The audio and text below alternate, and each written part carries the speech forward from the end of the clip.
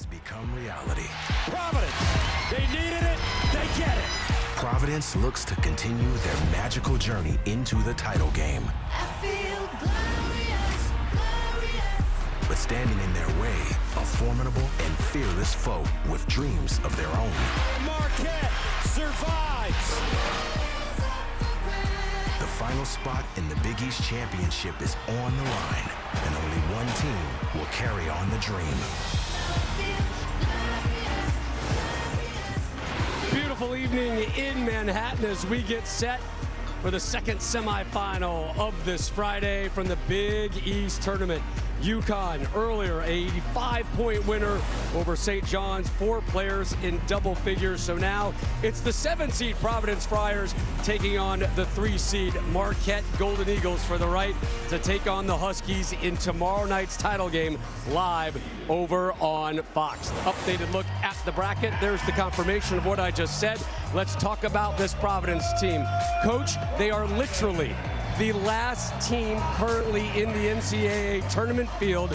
They've made it through 2 games here in the Garden, and their defense has really impressed. And certainly, Rob, this is a top 20 defensive team in the country, this Providence team, and I don't know if it gets mentioned enough, and they did a tremendous job last night versus Creighton, holding the 39%, 23% from 3. They really were active, and they had a level of urgency. Can they sustain that? Because they don't go very deep. Obviously, the injury to Bryce Hopkins, but if they can sustain that same level of energy, they can get it done tonight to put themselves firmly in the NCAA tournament and not have to worry. The last 2 players being introduced by Providence, you just saw Josh Aduro, and here is Big East Player of the Year, Devin Carter. The key for Providence is finding that 3rd guy, and last night it was Jaden Pierre. Over on the Marquette side, the story once again, no Tyler Kolek.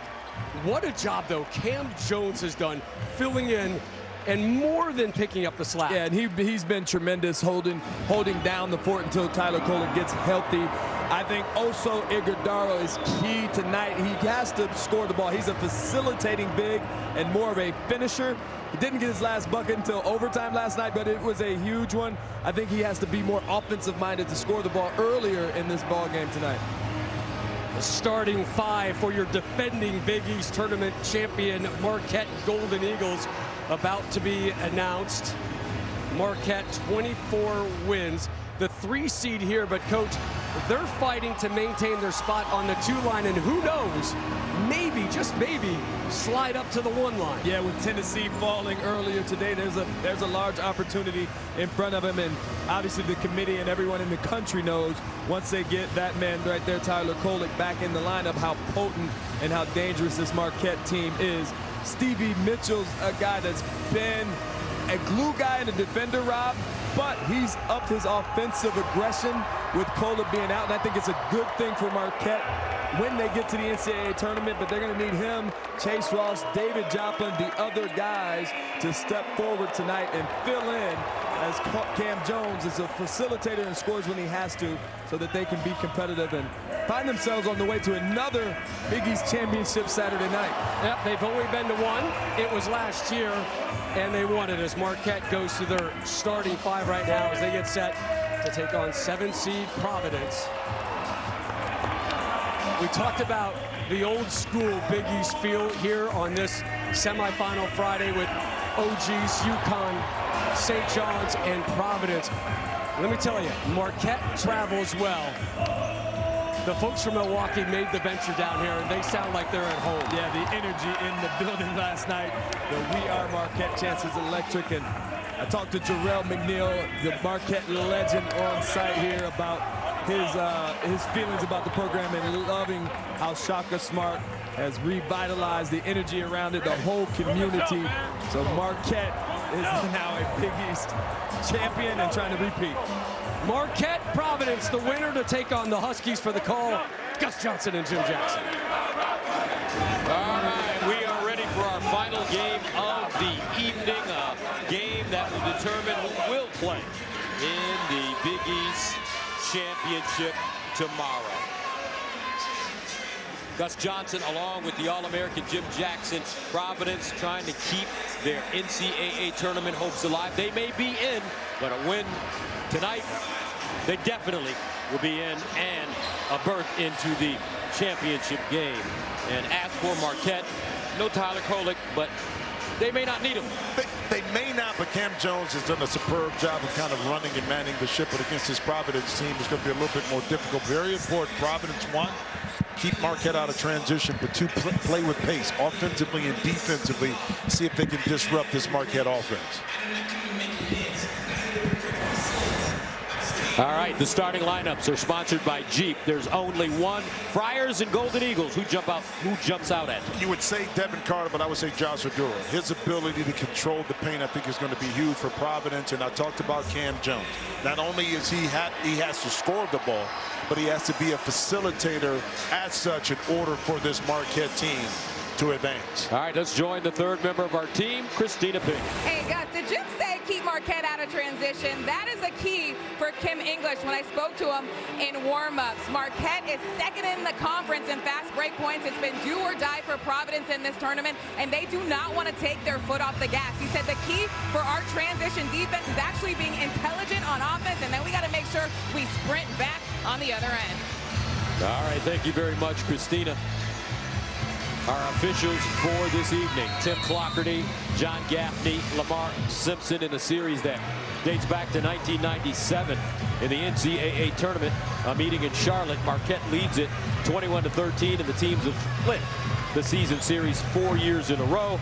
Last time they met in Milwaukee in late February, the Golden Eagles won it in a rout, 91-69, behind 17 points from Cam Jones. So Connecticut in the final.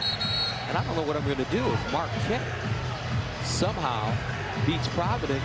We're going to have two killer Cams tomorrow.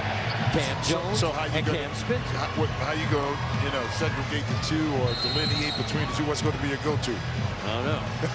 Figure that one out if I get to it. Yeah.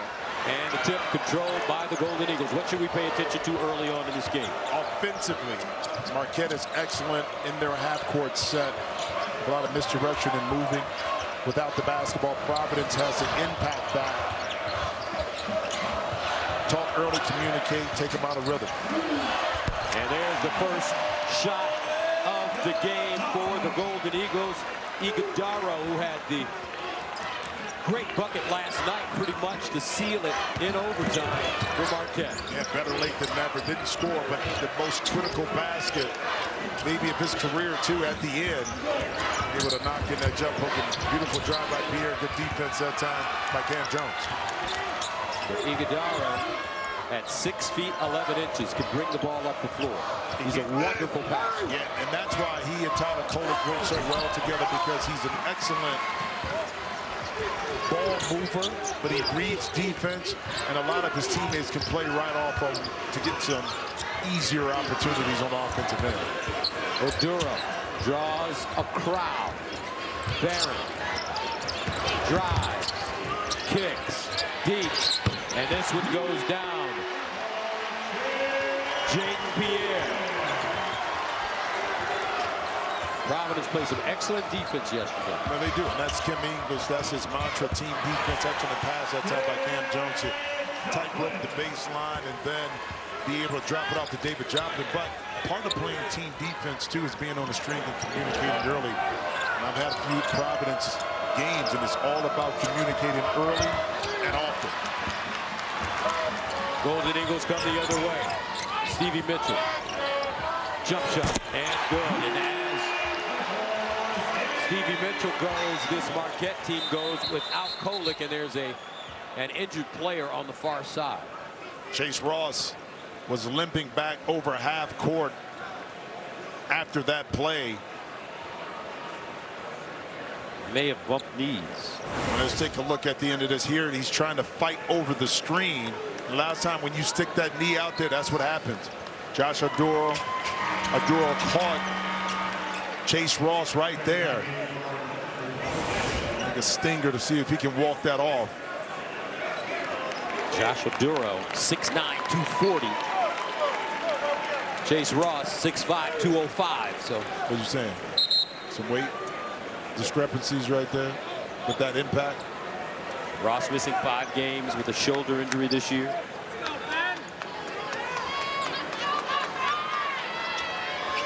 Kim English, the youngest high major head coach in college basketball, led George Mason to 20 wins last year, and Providence to 20 wins this season, replacing Ed Cooley, who left for Georgetown. Maduro, ticket game, in and out. Rebounded by Providence, reverse layup, Carter, and it goes. Devin Carter able to get his mitts on that shot. Results in him getting it back on offensive rebound, put back, and Oduro that time just missed it, but got fouled on the play. Watch Devin Carter. He does so many things well for this team, not just score the basketball, but defensively he can lock in, offensively he can make plays, and he's an excellent rebounder. And this is what you got to be careful of, the slip. It just created 2 opportunities, or a screen opportunity. Bigodaro trying to get to the basket. Rich Barron called for the fouls first. So Oso Iguodala, 4 points against Villanova in that win last night. He was 1 of 5 from the field. So just 1 field goal, and it was the big one to seal the victory for Marquette. I don't think Marquette can afford Iguodala only making 1 shot in this particular game because of the presence of Oduro inside. He has to, I'm not saying match it point for point, but he has to make Oduro have to honor his offensive presence inside. Carter. Offensive foul coming up. Shaka Smart told us that their energy and enthusiasm has to be at a high level in this game, and when we play like that, we usually have success. Cam Jones, baseline, tightrope, floater, good. Perfect read to Cam read. Devin Carter was retreating. Instead of trying to get all the way to the basket, he opted for a nice little floater on the baseline. Daniel. Now Oduro. Here comes a double team. He splits it in the corner. Daniels catch and shoot. Jaden Daniels with a fine game yesterday. 15 points, 7 assists in 35 minutes. Marquette starting hot, 4 for 5, but turns it over here. Carter.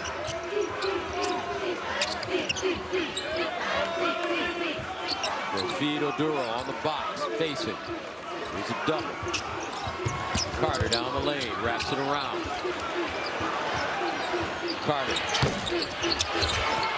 Off the top of the backboard, Oduro there for the rebound. Jump ball is the call, and it favors Providence. But defensively here, the backdoor cut. Ticket gains. Already had 2 feet in the paint. Was able to meet David Joplin at the top of the summit and take this away. And then excellent job of with the block without fouling and coming down over the top.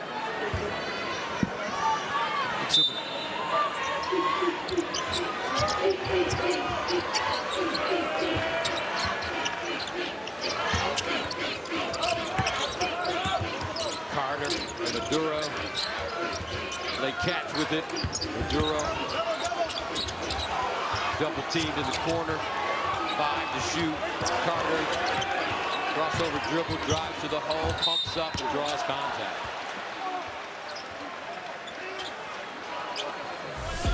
.47 to play first half. 11 to 5. Golden Eagles.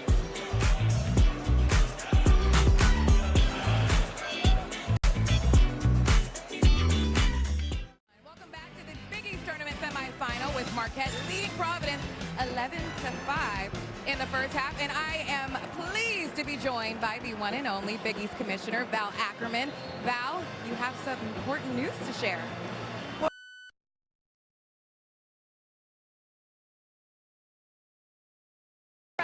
4 years to run, and we announced today that we had added 4 more years.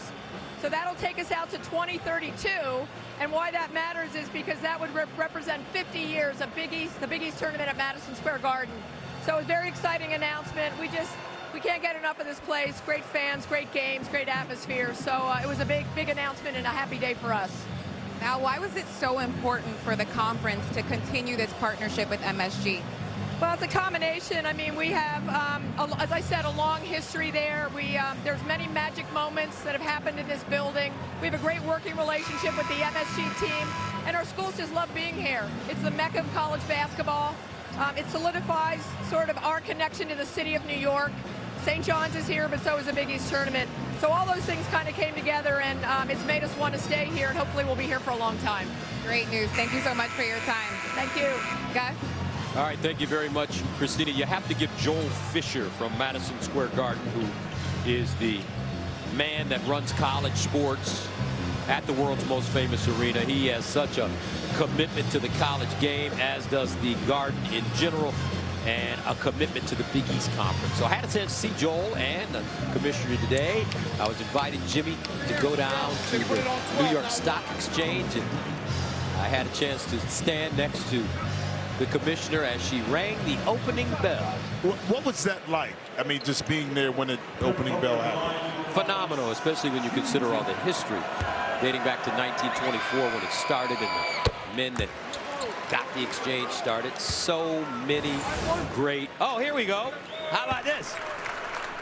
There's Joel Fisher on the right, commissioner. It was just a lot of fun, Jim. A lot, as you mentioned, you love history. A lot of history. Great for the Big East too. I couldn't imagine the tournament being anywhere else outside of MSG. It doesn't sound right, feel right, and I'm glad they were able to get, or we were able to get the extension to be here an extra 4 years on top of the 4 that are there. No doubt about it. And I was just surprised when I walked in there. I didn't get the chance to see Gordon Gekko. I was wondering where he is. Greed is good. Profit is not a bad word. 11-7, Marquette.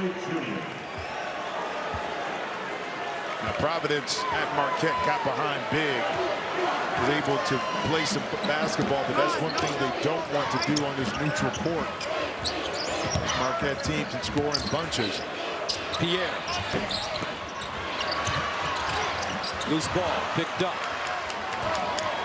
Marquette with it. Joplin.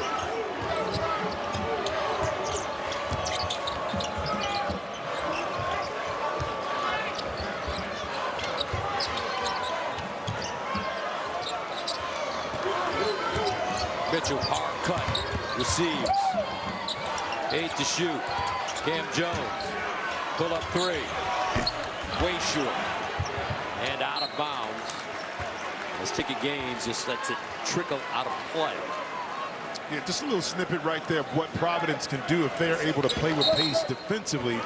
That time Marquette didn't have any rhythm offensively in their half-court set and was forced to shoot a contested falling away 3-point shot. So check mark to Providence from that perspective on that defensive possession. Now, can you duplicate that a number of times to really limit what Marquette can do offensively? We'll see.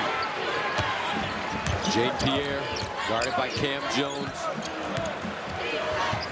Carter, he's the best player on the floor for Providence.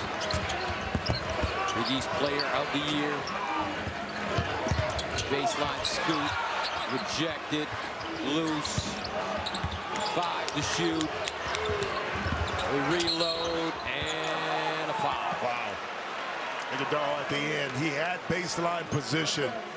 1 on the shot clock, 1.8 to be exact. And Iguodala, you don't need to reach down. That was going to be a tough shot attempt if it was going up. Now you bailed him out and reset the shot clock to 20 seconds. Right here, look, you got him. There's no need to reach. He's not going anywhere. Corey Floyd drew the foul. Carter, baseline, tight roping. Maduro, big man moves here. Baseline, Carter bumped and fouled. This time it's Trey Norman.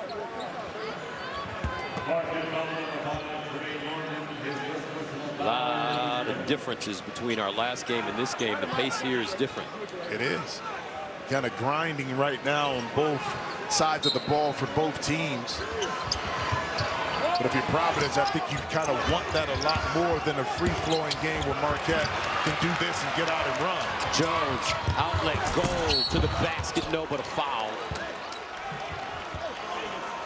Then Gold will go to the line and shoot free throws. He's really giving Shaq Smart a lot. He is 6'11". He's not a prototypical big at that size. He can step back and shoot it. He does have some ball facilitating qualities to what he does. And that time you can see at 6'11" he can run the court. All right, Ben Gold from New Zealand went to the NBA Global Academy. Stretch 5. Oh, way off the mark on that one. Whoa. 3 things you need to know. His sports hero is Usain Bolt. His occupation, if not hoops, rugby. And his favorite current athlete, Joey Chestnut. Who's Joey Chestnut? Hot dog eating. Oh, now, is that an athlete what or is that a wise guy, Ben Gold. Obviously, he's a he's a wise guy. Mate, he's mate. Down under. Down under. New Zealand. That's even further under.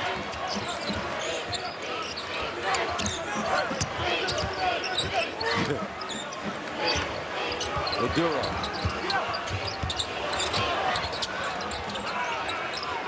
Chase Ross back in the game after bumping knees. 5 to shoot it. Shake. Kick. Floyd Jr. no. That's excellent one-on-one defense that time by Iguodala to be able to guard in space on a quicker, smaller opponent.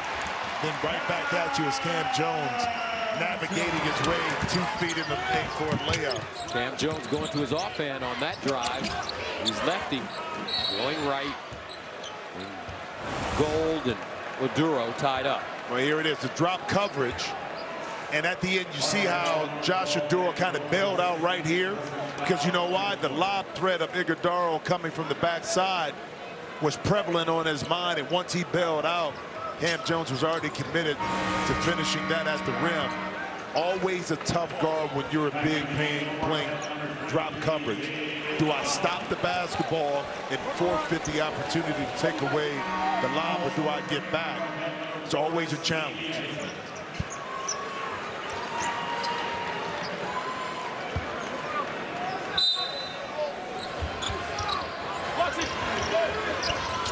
Pierre. Nice hedge by Oduro. Makes Pierre back up. Dual. Oduro, long jump shot, and he guided that one in. He can do that. I mean, it's the reason why Kim English brought him with him from George Mason. Main good part of their defense and offense, a guy that you can go to get some tough baskets. You see he has a nice touch from the outside. Oduro on the season, 29% three-point shooter. Ross with the rebound.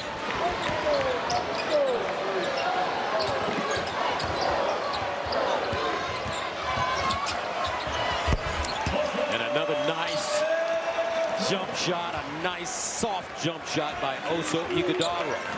I would love to see him to be a little bit more selfish and aggressive because he can provide so much offensively, but he's such an unselfish player. He really doesn't look for his offense, but you get him some shots where he's aggressive. This is a different attack for Marquette. With his versatility, as Floyd Jr. gets there. And for Iguodala, with all of his versatility at 6'11", being able to handle the ball in space, great lateral quickness for a 6'11" player. He's got a shot. No, he does. It's because of the way the league is now. And a turnover. Pierre. Euro. Counting.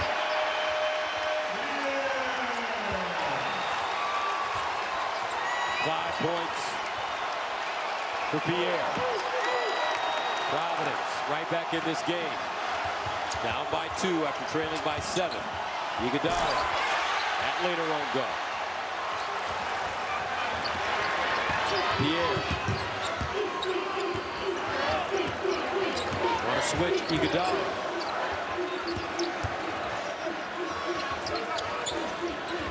Oduro back to the basket. Here's a double. Somebody's open. Reversal. Ticket. Drive. Hangs. Gets it again. Oduro. Block. Looks like Iguodala got a hand on it. And he'll bring the ball up the floor. Yeah, that time, Oduro got to be a little stronger with that shot attempt. Could have been a foul on Mitchell up top, but it wasn't.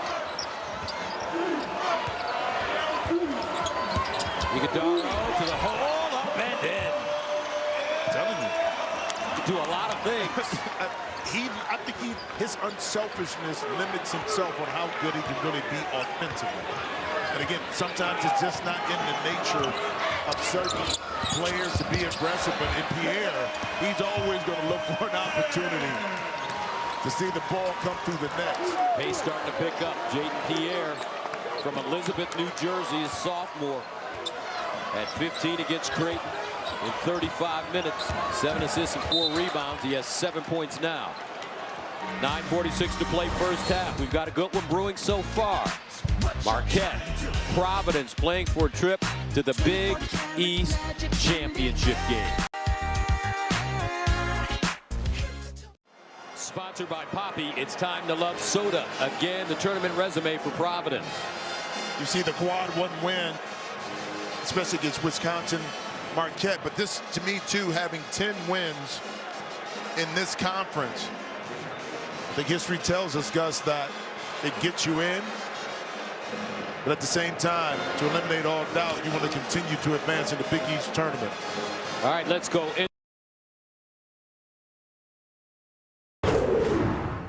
It's a ball screen. That's the one we got to go and get the switch done. Yo, that was a great attack. If we go with thrust, it's there. We go with thrust, it's there. Speaking of thrust, listen, there are ball screens. You got to be square in front of the ball. If he decides early to go downhill, it is a switch. It's a veer back switch.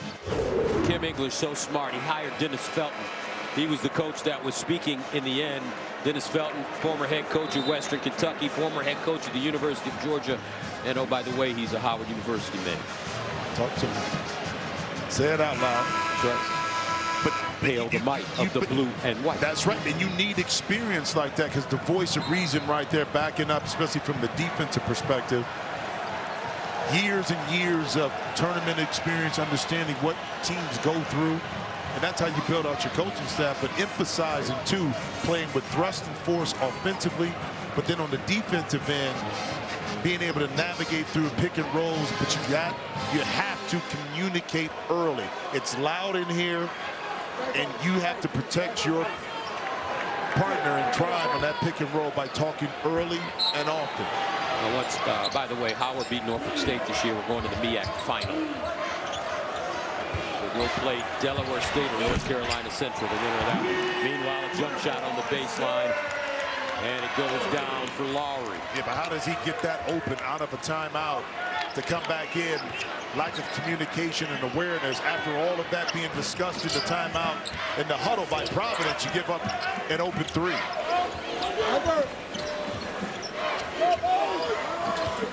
Wow.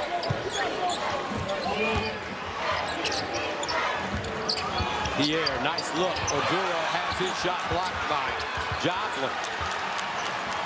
Joplin's been playing some really good basketball for Shaka Smart this season. He's continuing to grow as a player. Jones shows it off the glass. No. Fights, gets his own rebound, point blank, and he'll make it down. Stay with it. That time Cam Jones was able to gobble up that offensive rebound. Excellent footwork inside. Was patient enough to allow the defense to get by and put it back in. Carter's got to be aggressive. He's got to score the basketball. He's got 4 points. 8:24 to go. Oduro, double team. Duarte down the lane. Payne. Oh, lefty flipperoo.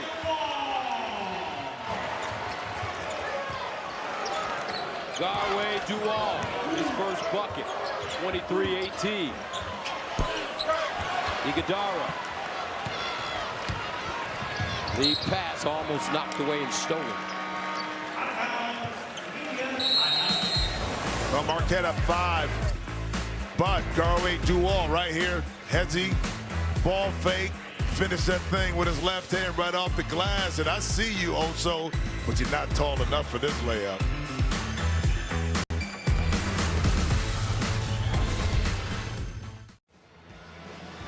(23-18) Marquette. Let's go inside the huddle with Shaka Smart. You guys want to score a lot of points? Okay? Then get to Highway, second bite, all right?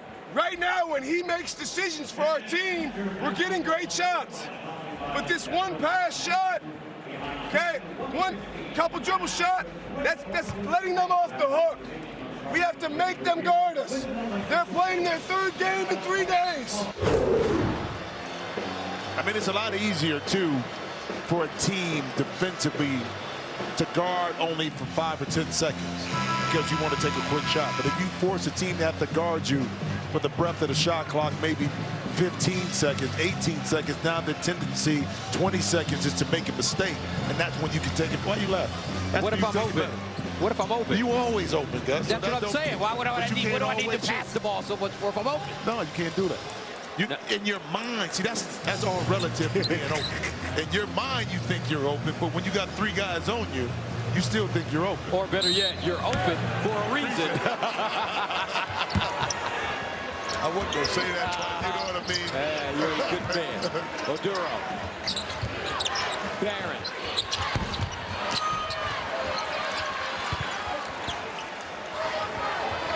Chase Ross brings it up the floor. He's from Dallas, Texas. Iguodala.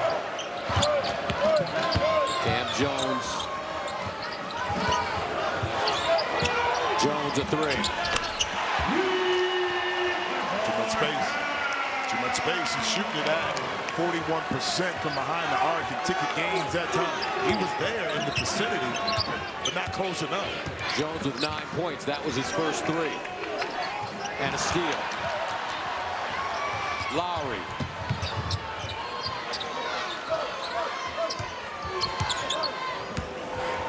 Jones, nice bounce pass.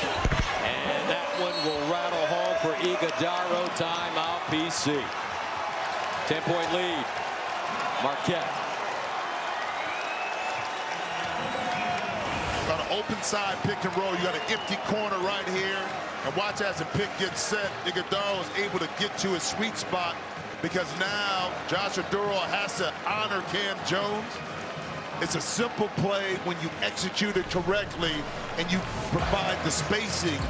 And also Iguodala, I'm telling you, if he's aggressive offensively, what are you going to take away from this Marquette team? Because he's going to have the middle of the court wide open because he has shooting placed around him.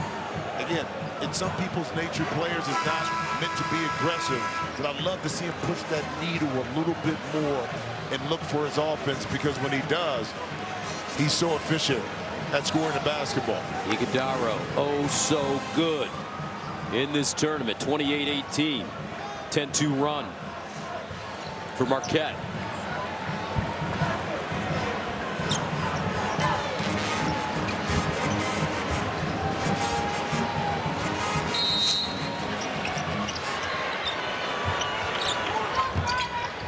Pierre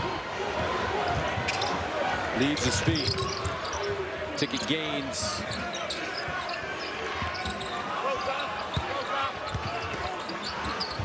Oduro draws a crowd. 10 on the shot clock. Dayton Pierre drives hard, kicks it baseline, open jumper. Barron, that's a wide open jumper and an air ball. 28-18. Jones starting to percolate now. Skipping to the basket. Keeps his dribble alive.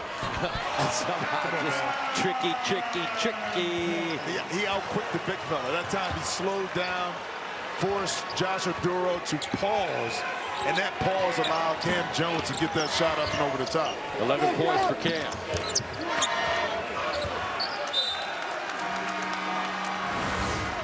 Got to be tricky with it when you give enough size. Look at, stay with them, stay with them, stay with them, up. Just when you thought he was going to put it back on the deck, Josh Oduro, Cam Jones just maintained his dribble, tricked him up a little bit, quicked him to inside. Like a Michael Jordan play. Remember that? Baseline, hey, it was in the garden. It was in the garden. Right down here on this end over here. I think I called that game.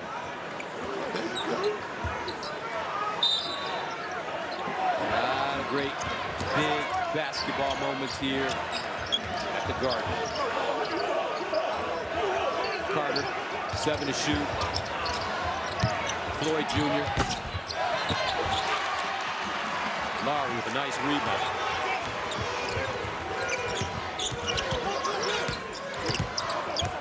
Providence 2 for 11 from the three-point line so far. Iguodala. Inside, backs his way in, jump hook, no. Off balance that time. Get your balance, get your base. You had an opportunity to take advantage of ticket gains. Dual. Right now, ball just not going down for BC. 7 of 22 from the field. 32%. Double pump. Cam Jones, no. Lowry with the rebound. Joplin, a three.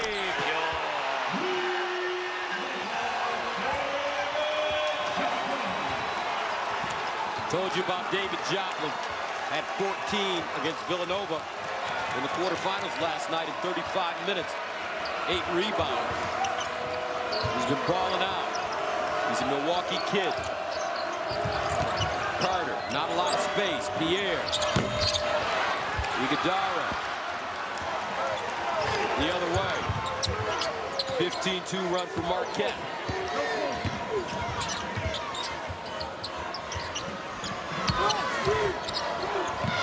Mismatch inside. Pierre is on Iguodala. See if they can isolate that. Jones. Nice steal. Oh, so Iguodala from Cam Jones.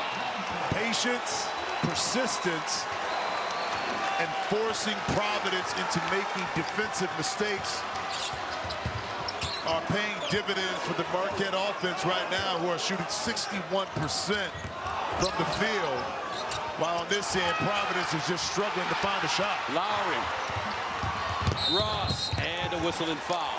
Now, when you played in the Big Ten at Ohio State, there was no Big Ten tournament, am I right? No, it was not. So you don't remember in college playing 3 games in 3 days? No, I don't. Well, that's what's happening with Providence right now. And Marquette is taking full advantage. Dead legs for the Friars? Maybe, maybe not. Right now, plenty of energy in Marquette.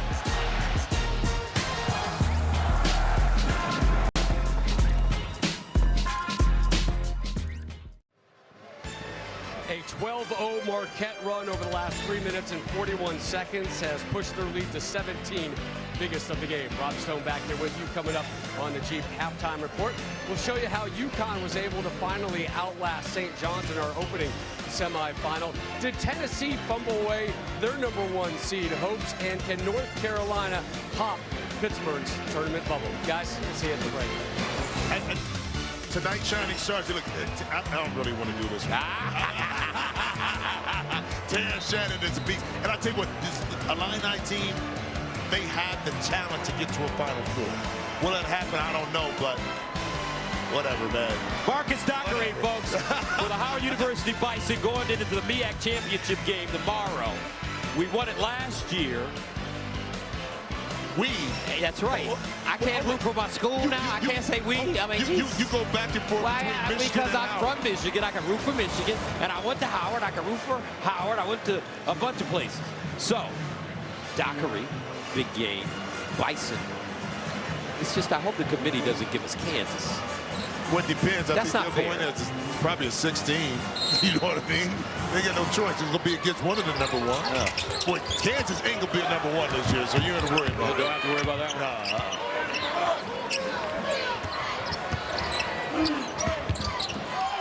And a steal. Carter got to get his points going. Yeah, but look at the transition defense that time by Marquette to get back. That's a tough basket right there. 6 points now for Carter. He's only taken 3 shots. He averages on the season 19 points per game. Yeah, we'll give Marquette a lot of credit because there hasn't been a lot of space for Devin Carter to get open, and even on this one, he's 1-on-2, 1-on-3. He had to be extremely patient and go through Iguodaro right there on the back end of that. But one thing Devin Carter can't do is be impatient. Yes, I think he can be more aggressive off the dribble, attract the defense, see if he can get some of his teammates some easier baskets, but he can't force shots. If he does that, Gus, the defense will be out of position. Opens it up to fast break opportunities for Marquette. Carter.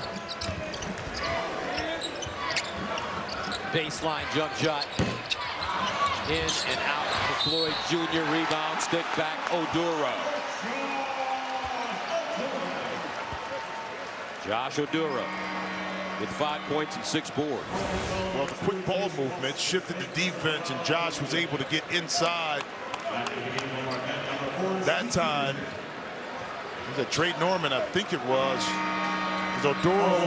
Iguodaro was on the other side.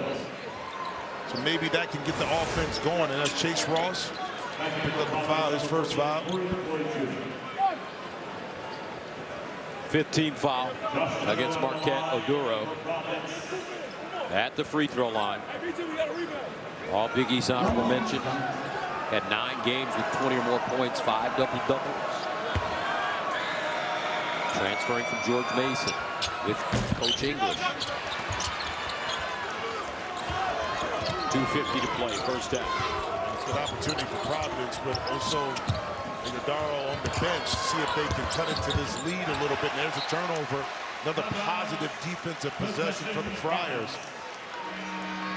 Devin Carter with a quick break, coming back into the game. I like watching Cam Jones handle the basketball. He's kind of got that high dribble like Rod Strickland. He does, too. He's built like him with the shoulders. Right. You know? Got a better J than Rod, too. He does. Also, Iguodaro is back in the game to a quick break for not only Devin Carter, but also Iguodaro. Carter off balance and foul.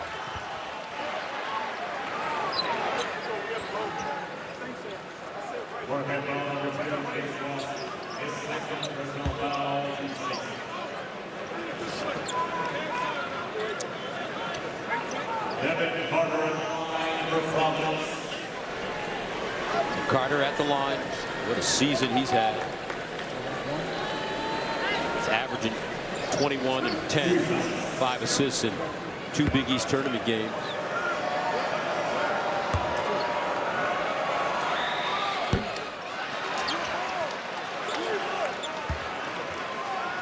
I'm just impressed with those 10 rebounds in the 2 games.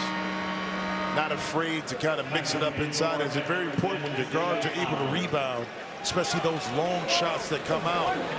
You limit your opponent to offensive rebounds.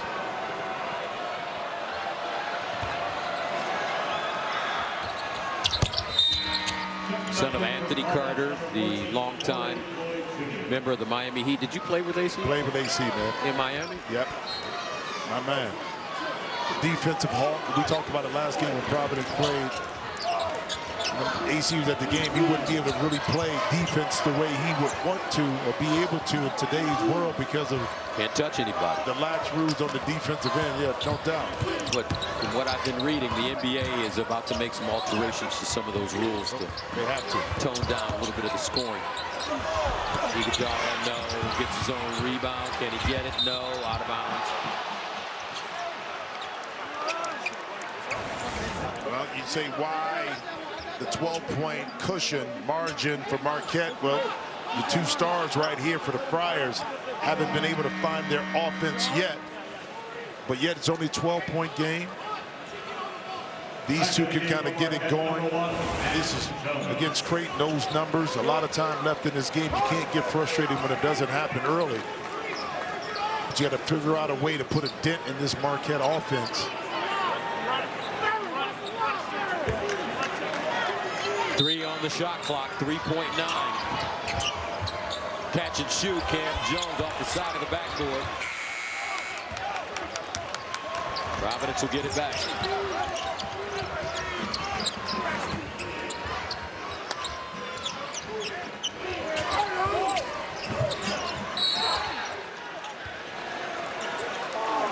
Foul on the floor, away from the ball.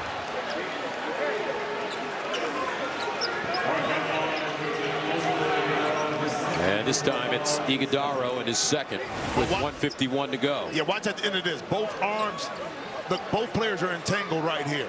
But watch Oduro yank off Iguodaro right there, and that's what he's complaining about. But John Gaffney, the official on the baseline, felt that Iguodaro was the one that was holding in that situation.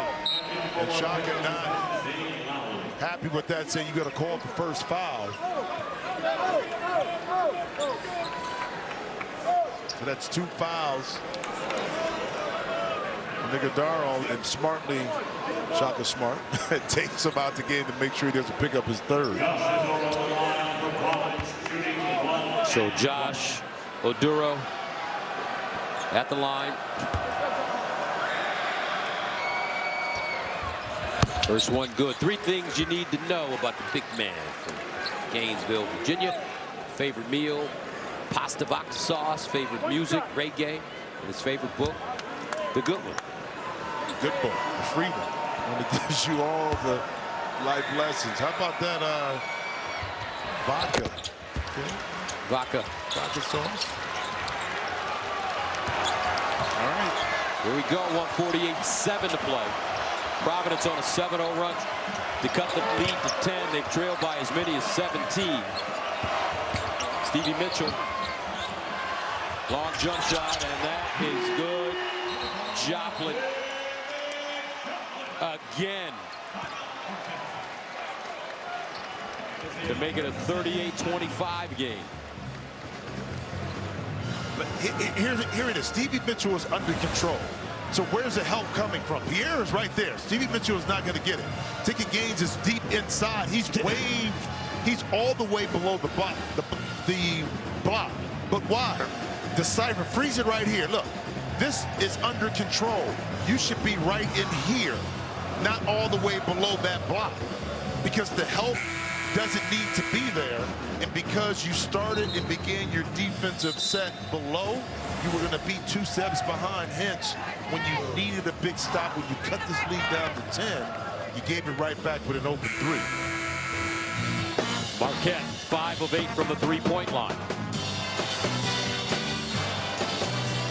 38-25, the winner of this game advances to the Big East championship game tomorrow to take on the defending national champions and the Big East regular season champions, the UConn Huskies.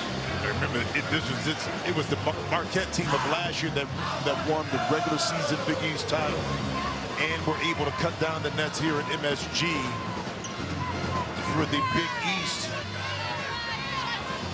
tournament championship, and they beat UConn in the semifinals. So a lot of intriguing storylines here this year's Big East tournament. Devin Carter draws a lot of attention. Corner jump shot. That's a good one. Yep. Barron. 10-point lead again. And that's an example of Devin Carter being aggressive, but creating an opportunity for Barron to get that jump shot by a little penetration. Gold. Jones hard down the baseline, off the glass and in.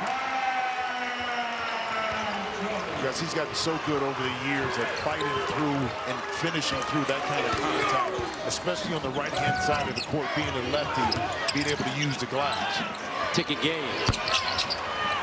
Long rebound. Pierre, new shot clock. And a whistle foul coming up.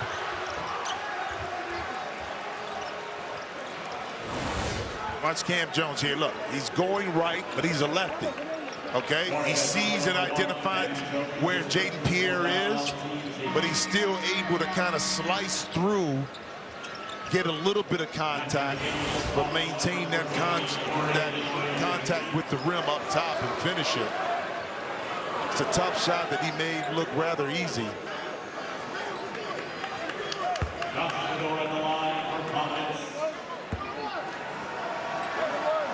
Oduro.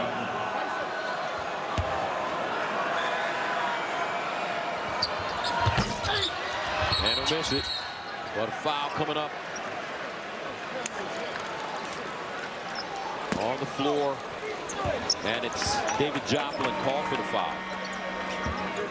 I mean, smart play this time by taking games. Watch how fast he gets in the lane. Boom, right there.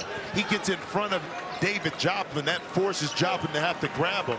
That's why you can't take it for granted that your teammate is going to make it from the free throw line. If you're able to get a step in front of that defender, you get in front. Now, he didn't get the rebound, but he did pick up the foul. Heady play. Ticket Gaines from Buffalo, New York, transfer from George Mason. Misses a free throw.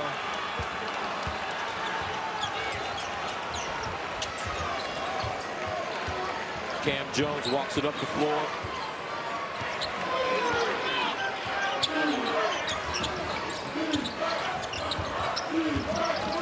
Jones on the wing, drives down the lane on the wheel, lost it. Gaines, Floyd Jr. hard dribble down the lane, counted on the foul.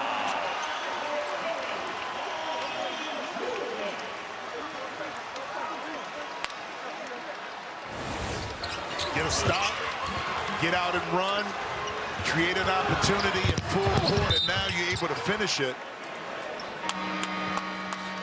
4 fast break points in both games. Look, Marquette is the best in the league at probably getting out in transition, but in both games, Providence has done an excellent job of winning the battle in regards to fast break. 11-4 in Providence and 13-5 at Marquette. So taking away a strength of what Marquette loves to do, which is get out and run and flipping that. Can they do more of that in the second half? It's going to be the question for Providence.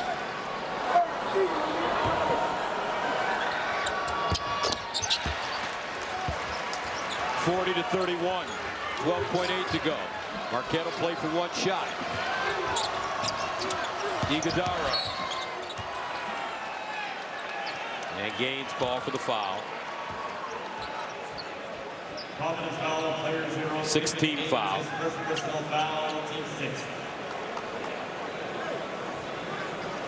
Foul to give, and that forces now Marquette to have to reset their offense.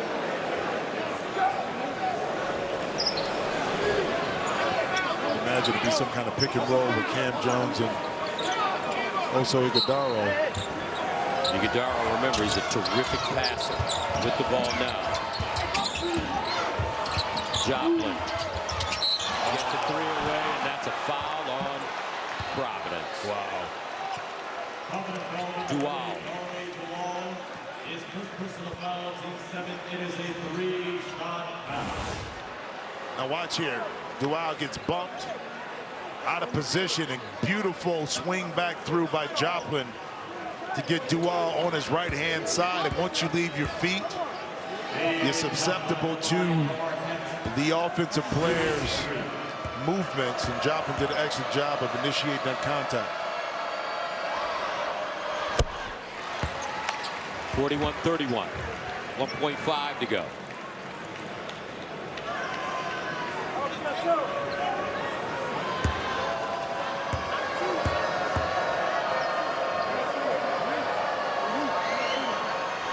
Second free throw off the mark for Joplin. He's got 9 points, 3 rebounds.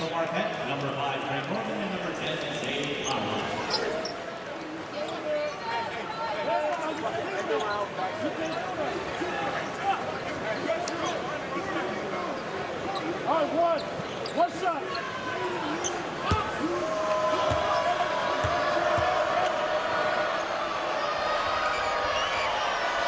And he'll get the third. 2 of 3. 1.5 to go. Here's Carter. And he just lets the clock run out. Marquette shot. 55% from the field and 63% from the three-point line. Red hot. Jones with 13, Iguodala with 12, and the Golden Eagles led by as many as 17.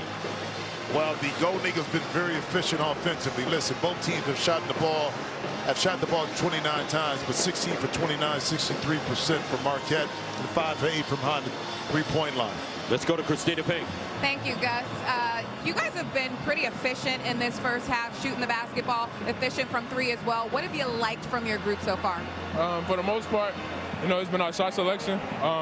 We know Providence is a team that, capitalizes off your mistakes with your bad shots, turnovers. And that's the first thing I'm going to go do in the locker room. I'm going to go apologize to my teammates. I was caught up in the wrong things, with the refs and with the calls, and that affected my play on offense and defense. So that's the first thing I'm about to go do, apologize to them so we can get back to what we was doing. Cam, it might have affected you, but you still had 13 points, pretty aggressive. What opened up for you in the first half? I'm just making the reads on the different ways they guard our ball screens. They mixing it up, switching down and dropping. So just making the right reads and, making sure my mind is on the right things. All right, thank you. Gus? All right, thank you very much. That's the end of the first half with the score, Marquette 42. Providence 31. Rob Stone will be back with the Jeep halftime report right after this. You're watching the Big East Tournament on FS1. I feel my ancestors invested inside of me. It's like they want me to shoot my chance and change society. But how do I go about it?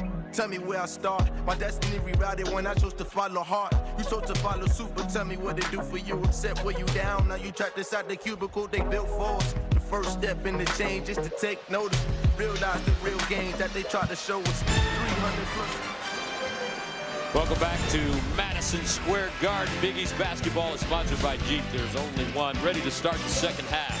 Marquette played an excellent first half of basketball as they head into the second stanza up 42-31. Gus Johnson along with Jimmy Jackson. I tell you what, when you look at Marquette, Cam Jones, David Joplin playing really, really solid basketball in that first half. Solid is a key word, but also they needed to because no Tyler Kohler, someone is going to have to pick up the slack. And a lot of times, it's not just one person, but Cam Jones has done a fantastic job, not just last night, but in this first half. I've got to put a lot of pressure on the defense. Not just settling, but taking high-quality shots. He's able to dominate. Then David Joplin is just feeding off of what Cam Jones has already started. To be able to be in position to knock in shots so valuable, once again, when you're missing your best player. Stats comparison sponsored by Jeep. There's only one. As you take a look, Marquette shooting a whopping 55% from the field, 5 of 8 from the three-point line. And 22 points in the paint. Again, both teams have 29 shot attempts, but it's the accuracy and the efficiency of Marquette is hence as wide as 11-point lead. All right, here's Christina. Hey, guys. Kim English, understandably a bit frustrated, told me at the half simply, we just need to be better. He said, I know I'm not saying much, but we just need to be better. He said Cam Jones was good for them, but I asked him what did he need to get out of his stars. He said, yeah, it's hard to score. It's hard to make a run when we're constantly taking the ball out of the basket. He said, we need to get stops. Simply, that's all it's got boiled down to.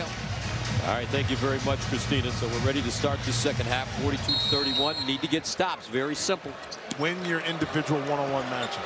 Don't put your team in a situation, if you're Providence, where you have to be in constant rotation. If that takes place, it just falls into the hands of Marquette like that right there. Iguodala, and he will float one in. Marquette scores to start this second half. You see a lot of that two-man game with Tyler Kohler, an empty corner, and then you read and react to what the defense does. And Cam Jones did an excellent job of dropping it right where Iguodala needed it. Meanwhile, foul coming up. But here it is again. We're going to freeze it here as Cam Jones comes up. Again, this corner is going to be empty. Once you empty this side out, Cam is going to get and come down to the baseline and hit that pass back up. And that's where it's at because the drop coverage. Joshua Durrell has to honor Cam Jones there, and this is a simple play that you have to make happen against drop defense. Stevie Mitchell called for the foul. And Iguodala. Another nice rebound. He's just playing complete basketball and all the little things this team needs. On the baseline, jump hook with the left hand, no. And the ball stolen, Mitchell, and he'll lay it in. Can't do it. Took for granted that outlet pass was going to be there, but didn't identify that Stevie Mitchell was right there. Again, self-inflicted wounds take away any kind of momentum, in particular when you're trying to claw your way back in the game. And a foul coming up. Jaden Pierre aggressively to the basket, and he will go to the line and shoot free throw.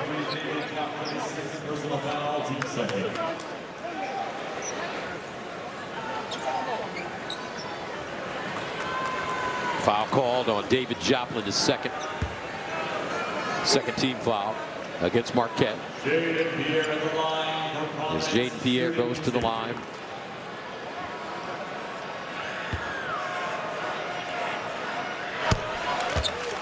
Here's an interesting story.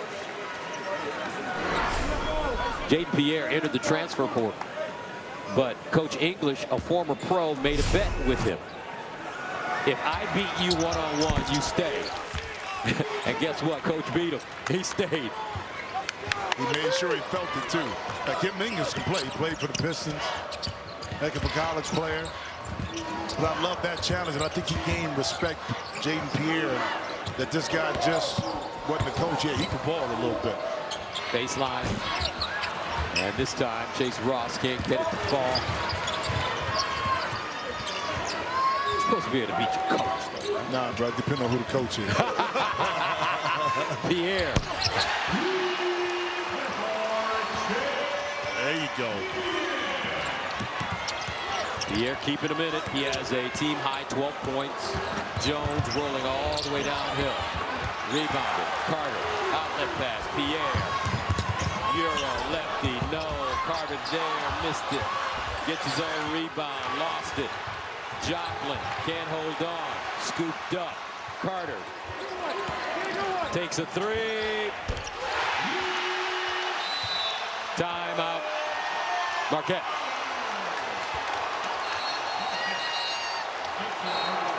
.8-0 run for the Friars. Their fans back in it now. Devin Carter, Big East Player of the Year.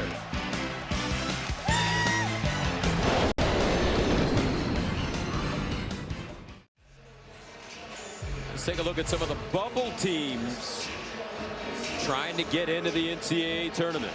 Pitt, A, Texas A&M, and Colorado trying to figure out 23-9. Heck of a season. How about Indiana State has been the talk after losing to Drake, but Robbie Avila, kind of the Nikola Jokic of college basketball. They've been talking about him, want to see if they can get in the tournament. And Providence itself still kind of on that bubble line a little bit. A lot of intrigue as we finish out the rest of the year, who's in and who's out. Gus Johnson, Jim Jackson, Christina Pink with you from the Big East tournament here in New York City. Marquette with a 46-39 lead over Providence. The winner of this game will advance to the championship game tomorrow, where they will take on the defending national champion UConn Huskies.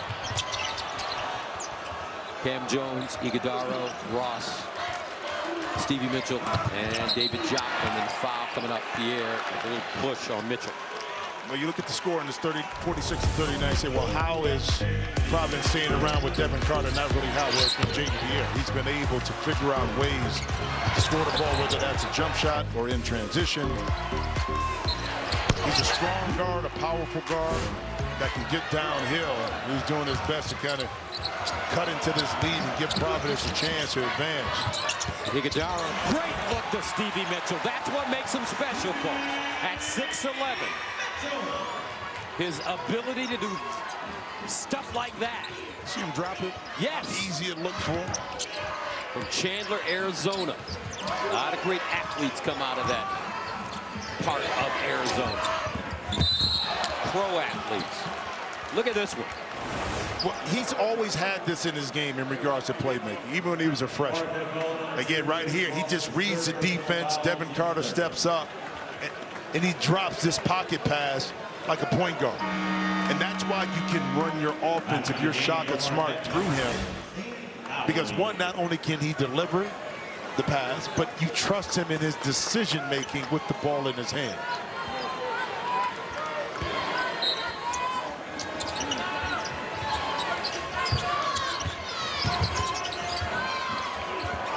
Oduro back to Ticket Gaines. He can't hang on to it.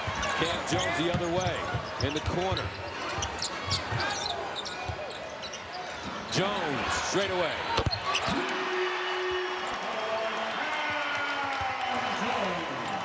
Cam Jones with 16 now, 51-39. It's been all uphill for Providence. Jones with a rebound. That was a force that time by Jaden Pierre. You really didn't have anywhere to go, and now the numbers are not there. Advantage Marquette. To the basket, Lowry. Loose. Oduro finally claims it. Outstanding defense that time by Providence. Outnumbered, but they were able to negate and get a block. Can they get a shot up? Ticket Gaines can't buy a basket tonight. He's really struggled. 0 for 5, no points. And think about it, he was 1 for 4 last night against Creighton as well, so it's been a tough go at it here in MSG. And Marquette turns it over, 51-39. Back to the world's most famous arena after this. Welcome back to New York, 51-39. Marquette leading Providence here in the second half. And an injury in Devin Carter. Looks like he's holding his shin. But he's moving that left ankle. Let's see right here if we can see what caused the injury. As he steps and he trips right there. Yeah, there's it. And he falls in that left ankle. Let's see, right? The plant. He hits it. Turns right there. When he jammed it up, it seems like on the way down.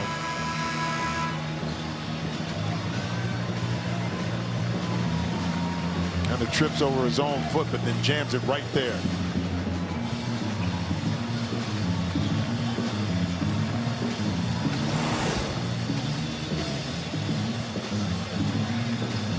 Let's hope he can get back on the floor. Providence certainly needs him. So much time left, 15:54. Yep. Providence kind of just hanging around, keeping this game within shouting distance. But Marquette is doing an excellent job of any kind of momentum that Providence seems to gain. Marquette is quick to respond.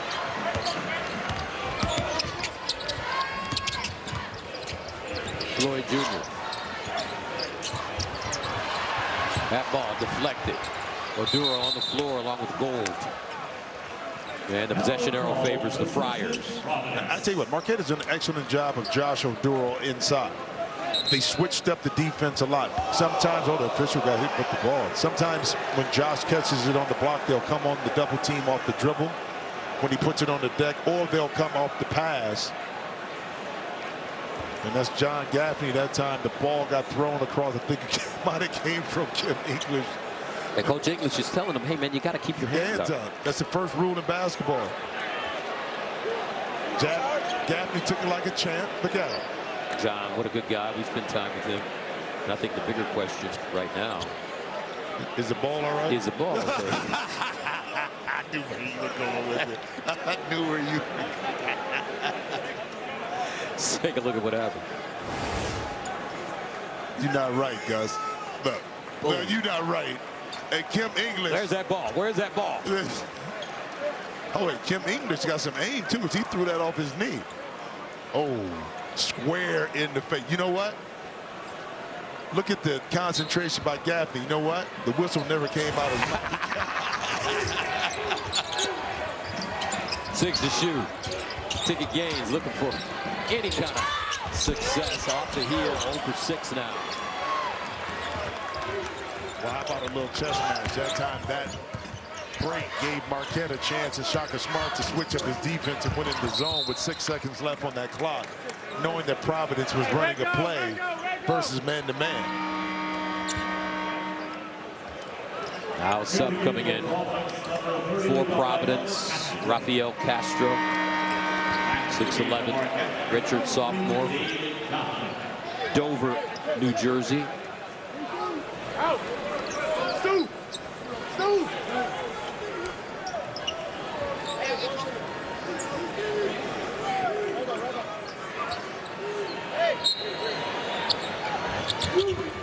Gold. And Joplin fumbles it out of bounds. Yeah, Ben Gold, you got to be stronger with the ball right there. He came in, he was kind of confused. He wanted to get the pass up top to Cam Jones, but he held it above his head. And got to be strong on that end. Also, Iguodala real quick in and out. Ben Gold getting some correction and little guidance this time from Shaka Smart.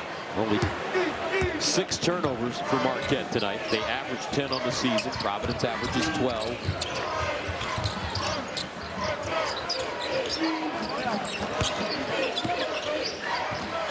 Lloyd Jr. backs it up. Taking gains. 6 to shoot. Pierre tried to lob it. Oduro knocks it away. Picked up, gains, straightaway 3. In and out. That one halfway down. Lloyd Jr. with a rebound. He can't convert. Providence saves it from going out of bounds. We'll get another shot at it. Pierre trying to shake up Oduro.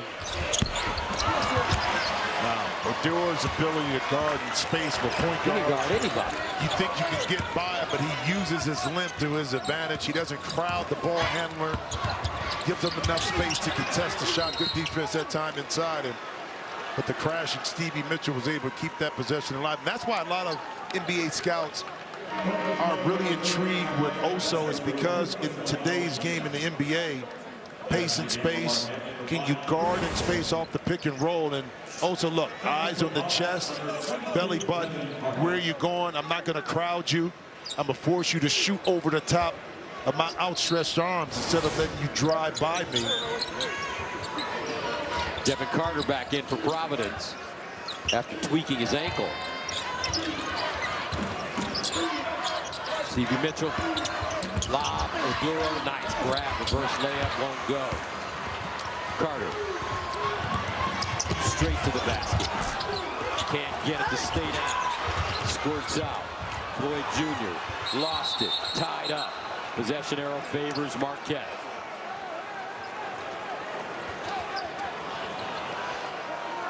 Hell ball, possession Marquette.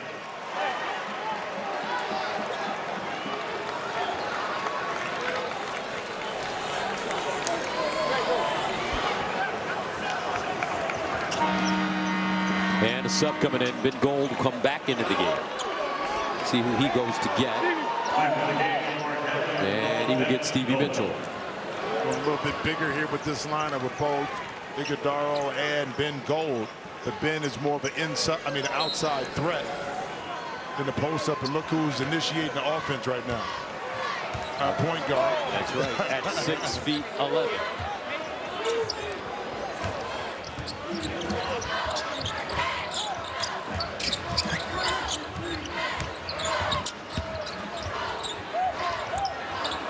Gold, quick release. Another assist for Iguodala. Point guard. Yep, I'll give it to him. Decision maker. Put the pass on target on time right there for Ben Gold to just spot up and let it fly. 54-39.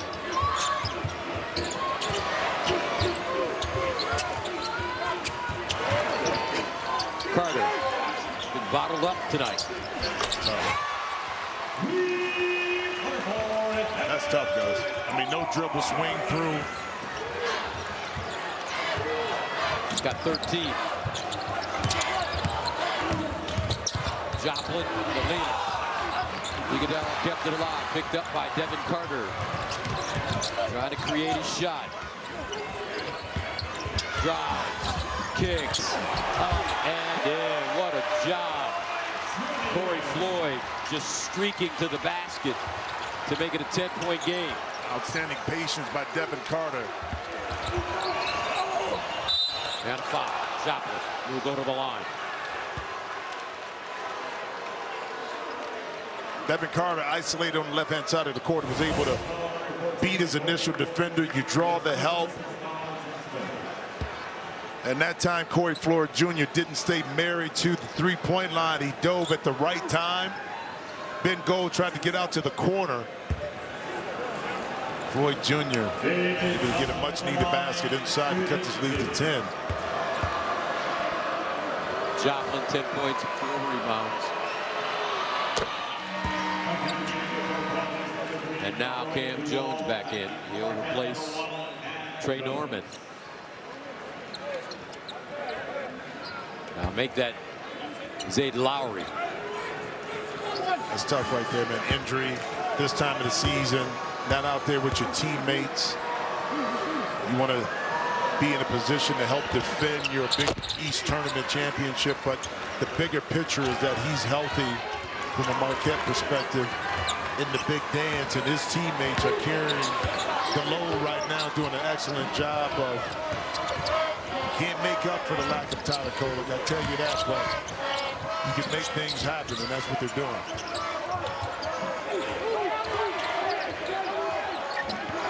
Carter inside. Floyd Jr. and a foul. 11:55 to play in the second half. Marquette with a 56-44 advantage.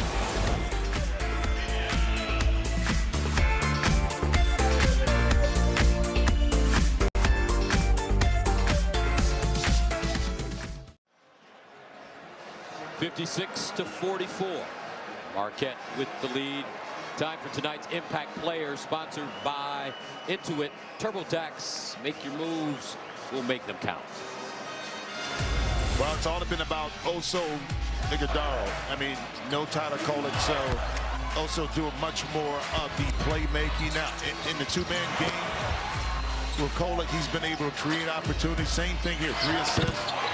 You come inside, he's able to help, and then coming up big time last night against Villanova. Backdoor cut, didn't get it up in time. Thought, Marquette, you won the game.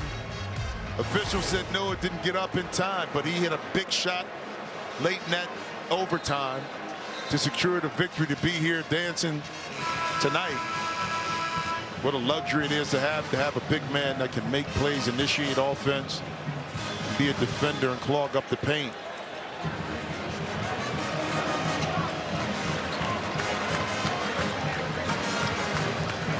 Gus, it's interesting too. This game feels like, because Marquette has been in control, like it's 15, 18, 20 points, but it's only a 12-point game.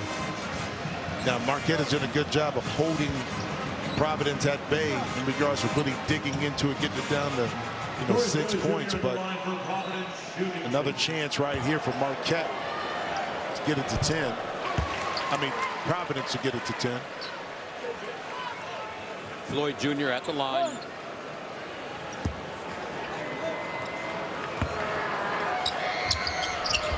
Second free throw goes, so there you have it. A 10-point game with 11:55 to go. So basically 12 minutes. Plenty of time for Providence. Cam Jones, step back jumper. Rebounded inside, and that ball blocked. Norman can't get it to fall, gets his own rebound. Ross, and he buries a 3. Plus the foul. That's a backbreaker right there. You know it is, because you play initial really good defense, but Trey Norman is able to get inside and do all that time. The long closeout, not under control. It's the second time he's committed a foul on a shooter behind the three-point line. And you know, that you want to contest. In your mind, you say, I want to contest. But how you do it? You go out under control, you take the short, choppy steps, and then you're on balance. That time you lean in, you're asking for a foul, and that's what happened in that situation. And they add the free throw for Ross. 60-46. Marquette 8 of 13 from downtown in this game.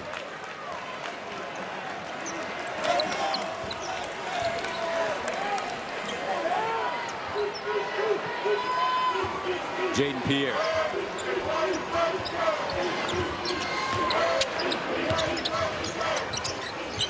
Carter.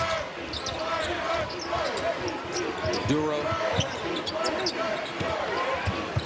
Carter again looking for a shot. Nice baseline right into a crowd. The kick, Jaden Pierre. Long rebound, Stevie Mitchell. Mitchell with a burst, kicks it, Ross. Roy Jr. Up and down they go right now. That ball raked away into the hands of Carter. He's fouled and will go to the line. Looks like he'll be shooting three. Three's company. Look, Cam Jones, Oso Ighodaro, and David Joplin all averaged double figures for the year, but it kind of stepped up a little bit more with the absence. Tyler Kolek and very efficient in what's going about their business this evening. Devin Carter at the line. There's Kolek.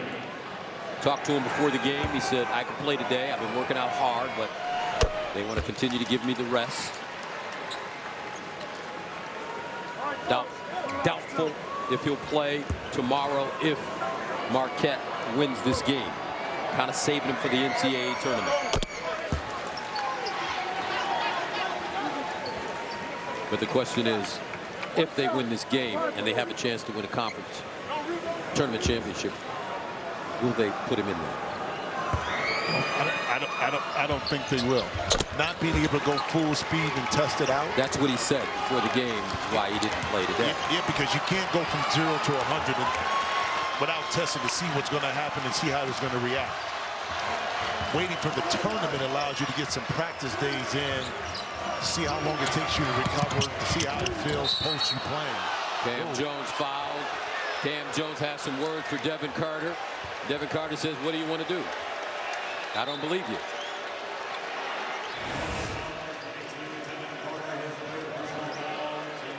It's the left hand on the hip of Cam Jones right there, plus the momentum of him going forward. And now these two exchanging pleasantries. Two prolific scorers in the Big East.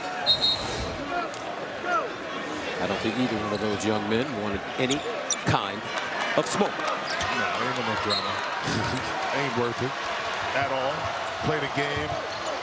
Get your get back by doing what you do best on the basketball court. Foul called. It's like a hand-checking foul on Gaines. His second.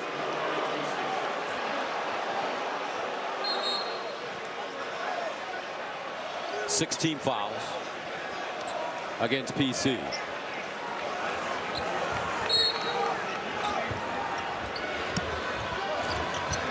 Ighodaro.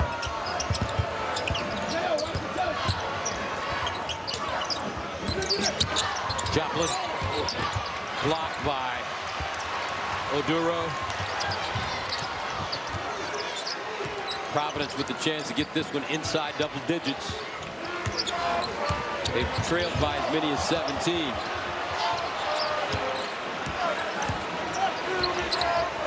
Carter.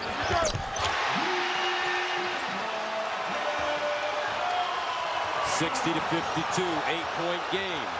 And see, that's how you let your game do the talking for you right there. Quiet the crowd in your opponent by knocking in that shot and the foul on the back end. Cam Jones fouled Floyd Jr.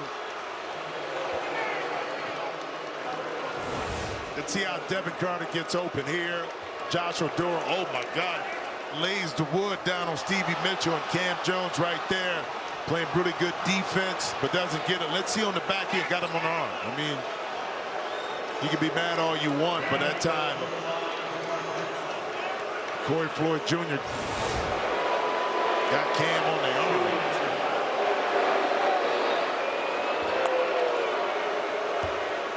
Cam Jones, 74% free throw shooter.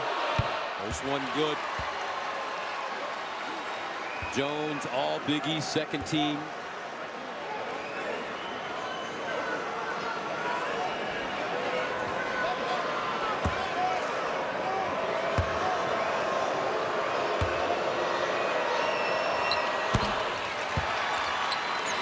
(62-52), lead back up to 10. 9 2:47 to play. Second half. The winner advancing to the final to take on the national champions. Carter.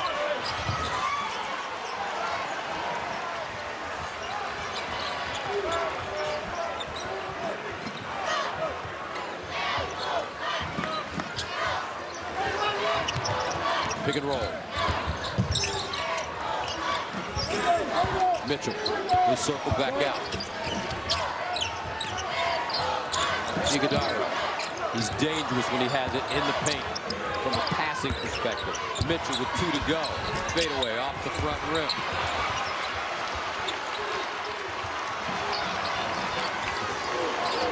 Pierre. He's got to continue to be aggressive and score the basketball.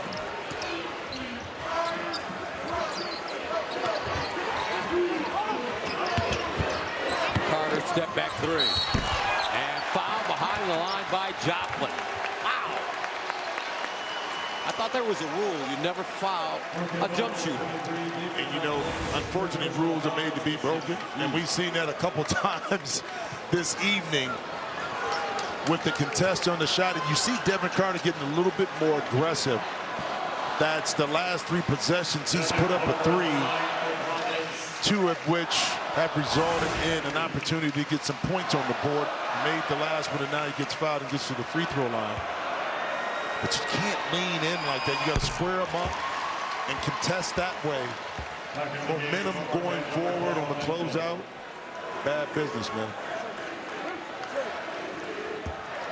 Providence trying to keep their NCAA dream alive. They may be in already, but a win here will make them feel a little bit better about their chances.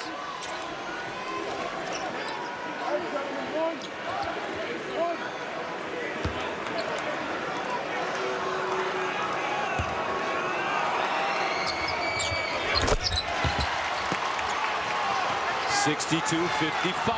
Carter with 22 points. 15 this half. Cam Jones almost lost it and did lose it.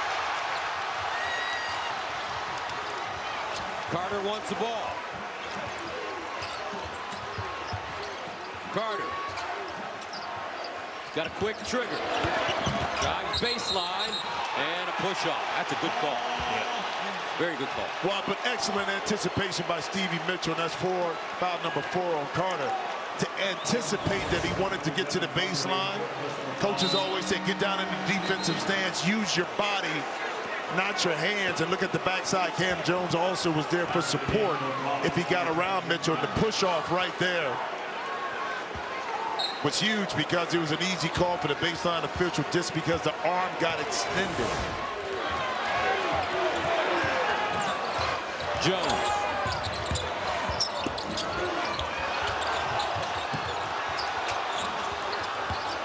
Ross turns. Jones in the corner.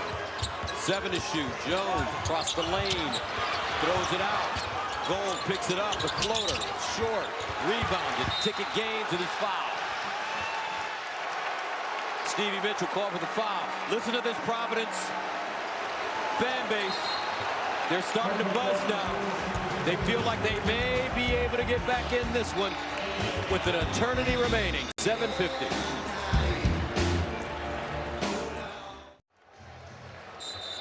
(62-55) Marquette as we reset it for you. 3 timeouts remaining for the Friars. 2 for the Golden Eagles. And the possession arrow favorite Providence. 18 fouls against PC, 7 against Marquette. Neither team shooting well in the second half. 5 for 16 for Providence, 6 for 21 for Marquette. But Providence has won the battle at the free throw line, 10 for 10 right now. And I talked about the field goals. Marquette 28% compared to 56. So better defense. You would think that from Providence side, the first half and second half. So Providence, can you continue to get to the free throw line? The clock stopped. Let's go to Christina. Yeah, Shaka Smart trying to calm down his players during that last timeout. He says, guys, let's not start getting frantic. Don't worry about the refs. Don't worry about the crowd. He told Cam Jones, don't worry about Devin Carter. Let's be us.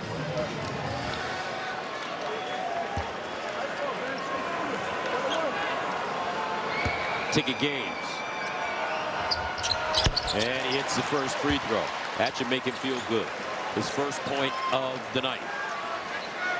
0 for 6 from the field.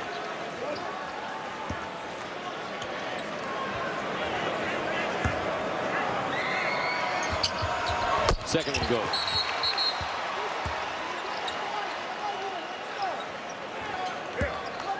And that makes it a 62-57 ball game. Closest Providence has been in quite some time. And listen to their crowd. Listen to their fans.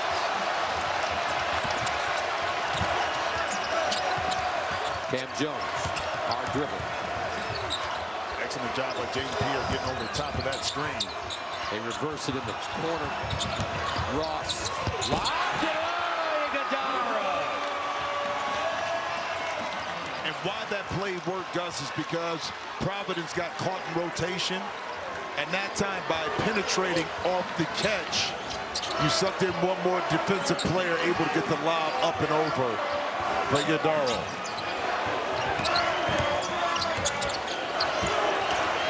Oduro taken away, and a foul in the backcourt. Ross fouled by Rich Barron. Well, if you can get the ball in the middle of the paint, now the defense collapses. And we're seeing the back end of this play where that time Chase Ross didn't settle. He penetrated right back and right away, which continued to catch Providence off balance. You had an ideal situation in regards to the weak side of the basketball. A 2-on-1. Corey Floyd leaves his feet, opens it up, and Iguodala does the rest. Oh, right there. Nothing intentional. Barron trying to go after the ball. Leans into Chase Ross. I'll tell you one thing about this floor, guys. I say this all the time. It don't bend. It don't feel good at times, man. But both players are able to get up and walk, and now Devin Carter is back in the game. Now remember, he has 4 fouls.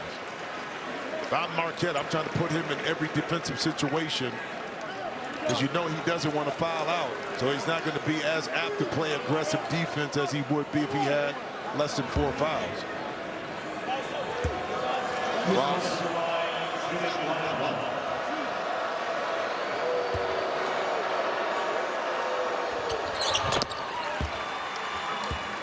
65-57.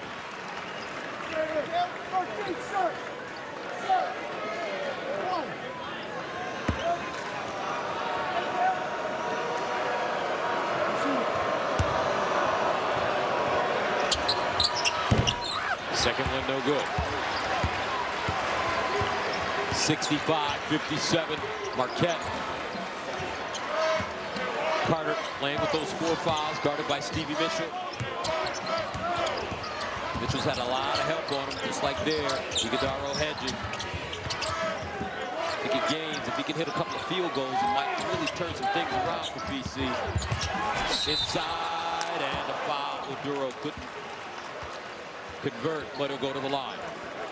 Well, Devin Carter, now's the time. The East Player of the Year, the second half. 3 for 7 from the field, but all 3 of those field goals in the second half have been behind the 3-point line, plus he got 6 freebies. So 15 points. Can he muster up enough to make the final stance? Keep in mind, like I talked about, very important, he gets 4 fouls. And we always talk about the defensive side of the ball, to be careful, to be smart, but also offensively. You know, he can't go in with his head down and pick up an offensive foul, be regulated then to his 5th foul in the bench.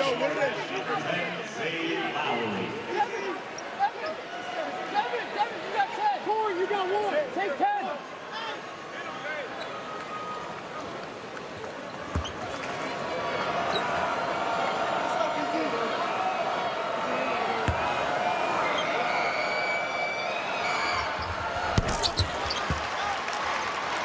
$65-59. Oduro gets Providence a little closer. Can they get a stop, though, on the defensive end to put some pressure on this Marquette team? And a foul.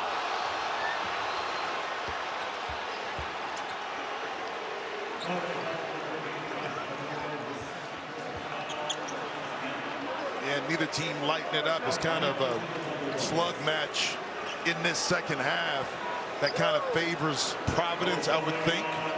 Hence is why they've been able to get back in this game. And the official, John Gaffney, said on that foul, Josh Oduro got Iguodaro on his way up on the elbow. Iguodaro, a 60% free throw shooter. He's a senior. He was the Big East Scholar Athlete of the Year. Both free throws good. Huge for a 60% free throw shooter right there. Able to knock in two crucial ones to kind of allow Marquette a little bit more breathing room from Providence. Remember, Marquette went to overtime yesterday against Villanova.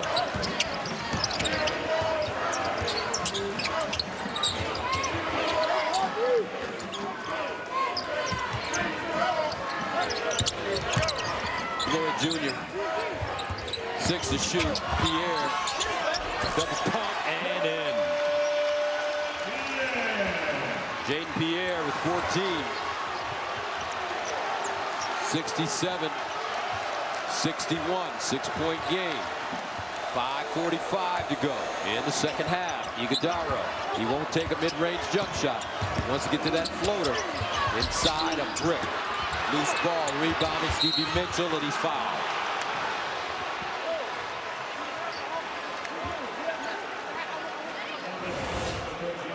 I like this play by Jaden Pierre. Why? Instead of bailing Marquette out with a contested jump shot, he said, no, you know what? I'm getting 2 feet in the paint, and I'm getting downhill. And watch the concentration as he loses the ball a little bit right here, but he's able to stay with it. Eyes up, and then bank it in.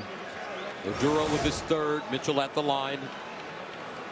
76% free throw shooter. But that's a defensive rebound you got to have. You're down 6.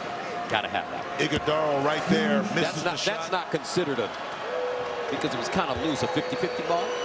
No, because that was just an offensive rebound by Stevie Mitchell that got fouled. But those, once you get that initial stop when you're Providence, you got to finish your defense with a defensive rebound. But fortunately, Marquette missed. Stevie Mitchell missed the first one. Will it be true for the second?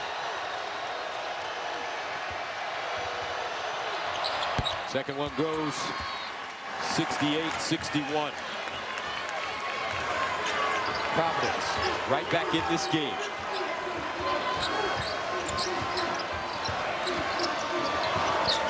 Pierre. Probing.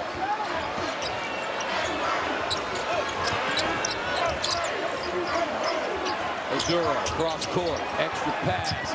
Tick in. Still can't hit one. Loose ball. Carter with a rebound and stick back. A double team opened up the shot for ticket gains, but it also opened up an avenue for Devin Carter for that putback. He's got 24 and 8. Cam Jones has been quiet. Now Lowry 3. Oduro with the rebound. There's a stop they needed. Can they pay it off with a bucket on this end? Could make it really interesting. 68-63. Carter. Shake. Down the lane. Off the window.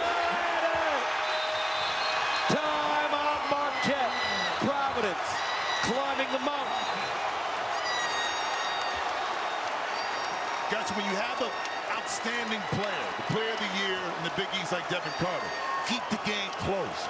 He's able to kind of do the rest, and he's figured out the secret sauce in this second half of how to get by his initial defender.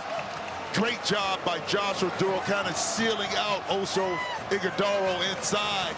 And the patience by Carter allowed him now to see the gap in lane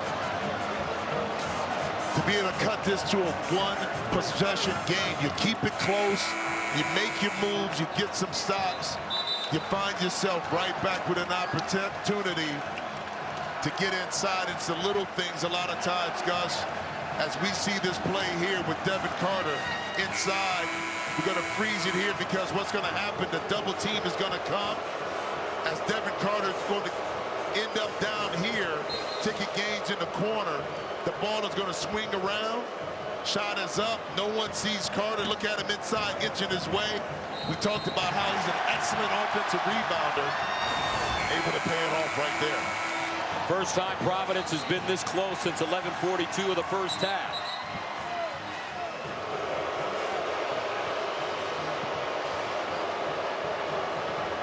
(68-65). The reset. Both teams in the bonus. 10 team fouls against Providence. Foul trouble. Carter with 4. Chase Ross with 4. And neither team are great from the free throw line. 72% to 71. Marquette 71, Providence 72. So down the stretch, how important it is that you're able to make your free throws when given the opportunity.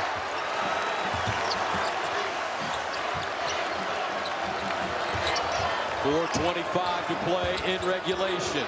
Oduro. Iguodaro. His shot off the mark. Now Carter the other way. Thought about it. He'll take it from out there. And a whistle. Offensive foul on Oduro. Or is it? Yep, it is. And let's take a look here because I think Devin Carter's indecisive a little bit here. Duro, I think it's the lean in. Let's see. It's the lean. No. I'm trying to see if Oduro, did he lean in right here, right there? Yeah, a little bit. You see the left shoulder? If he stays still and allows Carter to run Mitchell off, he's good. But watch that lean right there. See how he turns his shoulder inward?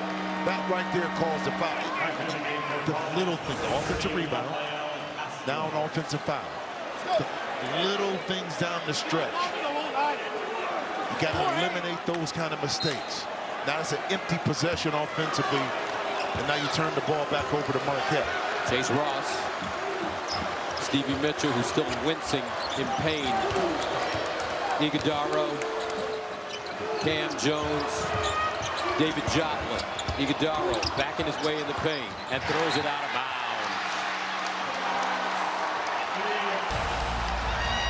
Providence making it interesting after being down by 17. 68-65 our score.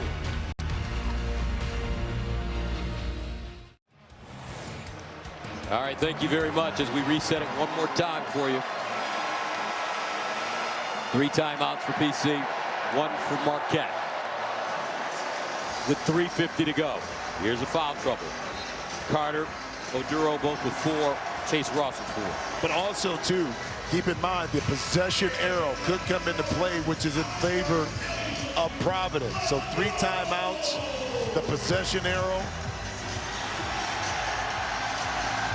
Something to keep your eye on if this comes down to like a 1-possession game or something. There's a tie-up. You gotta love Providence's resiliency, led by young Kim English, their 35-year-old head coach. They were down by 17 in this game. Could have folded into 10. But instead, they're 3 points away from leveling this game with so much time to go. 3:50. Providence can tie this game with a 3. Pierre. Carter may be the man. Oh my gosh, Carter just got trucked. And that was Iguodaro. And that'll send Devin Carter to the line. And he's trying to get over the top of this screen with Oduro. Why you don't go under on that one? Oduro is not going to shoot it. Maybe that's part of the defensive scheme, but that puts a 74% shooter to the line. Gets it first. 68-66. Carter, 10 of 11 from the free throw line. 20 points in the second half. And he misses the second. 2-point affair. The winner of this game advances to the Big East Tournament Championship game. Marquette went for their last 9. Jones underneath. Tight roping the baseline. Now circling. Left hand runner. Got it. That's a big time move by a big time player. And you can only contain the dribble for so long. And that time Cam was patient enough to exhaust all of his efforts and wear down the opponent defensively to get that up and in. Much needed basket. Big time basket by Jones from Marquette. He has 20. Carter reloads, 7 to shoot from the logo. Don't need it. Don't need it. That's a possession you give right back. I know you want to make the big play, but you're only down by 4. Why not get back to the basket? Maybe you can draw a foul. Maybe you draw a foul or get an old-fashioned three-point play. Don't bail out the defense with a heaved-up shot. And now Iguodaro fouled. He'll go to the line. Decisions, man. And Oduro has fouled out. Yep, and see, now. All based on one bad shot. It does, and that's where your offense has to help your defense. Cam Jones here exhausted all efforts. Josh Oduro right there. Not able to contend, and then because of the rotation, his arm gets entangled both times with Iguodaro up top, and now your best big man and paint defender has fouled out. 9 points, 10 rebounds.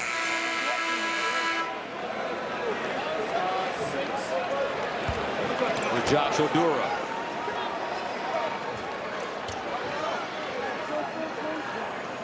Also Iguodaro now at the line. And Providence calls a timeout. And we'll stay right here with 2:27 to play in regulation.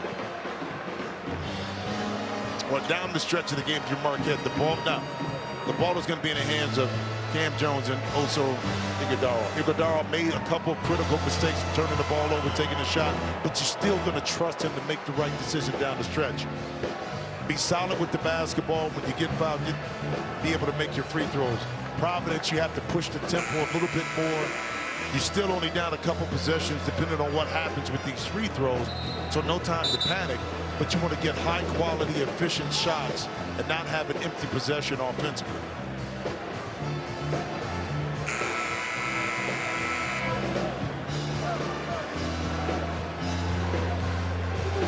Providence, by virtue of their win yesterday, many feel that by knocking off 8th-ranked Creighton 78-73, they may already be in the NCAA tournament.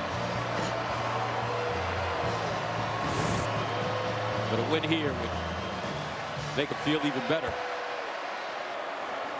Iguodaro, 60% shooter, hit his last 2.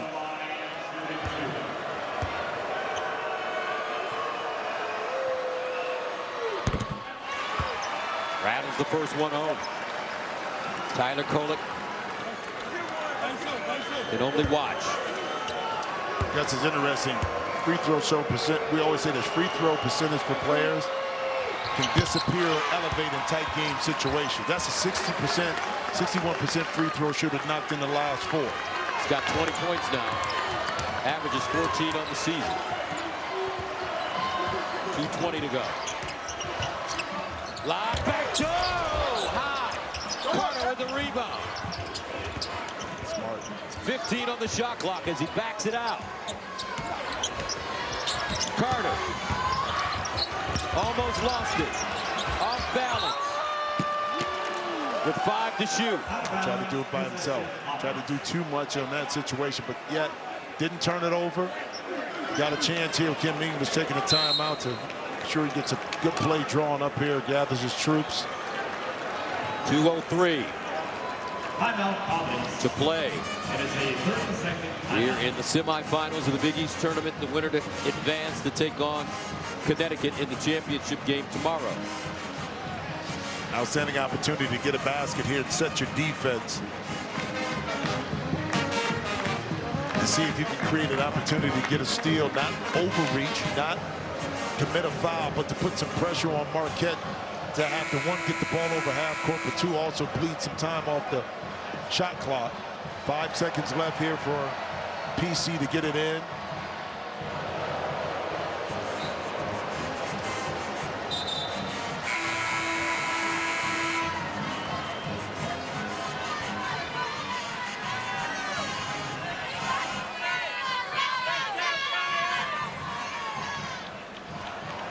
Duro fouling out. So they will miss him down the stretch. 5 on the shot clock for the Friars.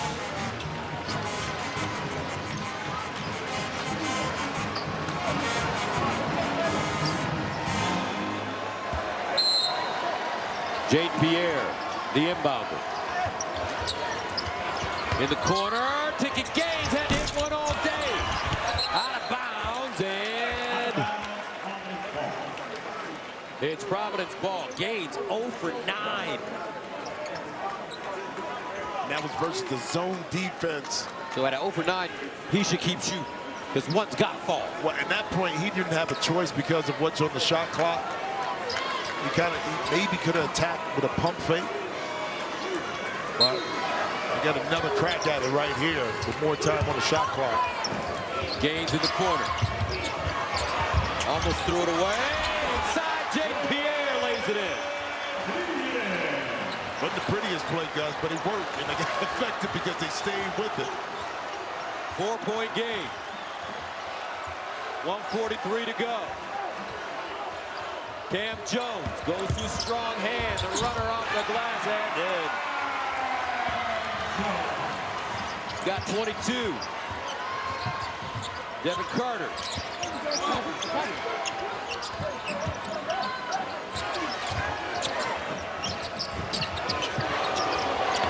Pierre. With a screen. Crossover. Coughs it up. Ross. And he'll peel it back and take his time. Smart. Traffic, a lot of traffic on that possession by Providence. Probably over-penetrated. The quick hands by Marquette, able to take it away, and now you bleed some time off this game clock. 2-possession game. Jones leaves his feet. Ross elevates. Ross! 76-68. 38 seconds to go. Carter. Pierre a 3. And a whistle and foul. Looks like Castro was fouled. Cam getting into a strong hand. You said it, Gus. Here has Pierre on his back or his shoulder. Tough shot. Again, making it look easy, and then the hesitation on the shoulder fake.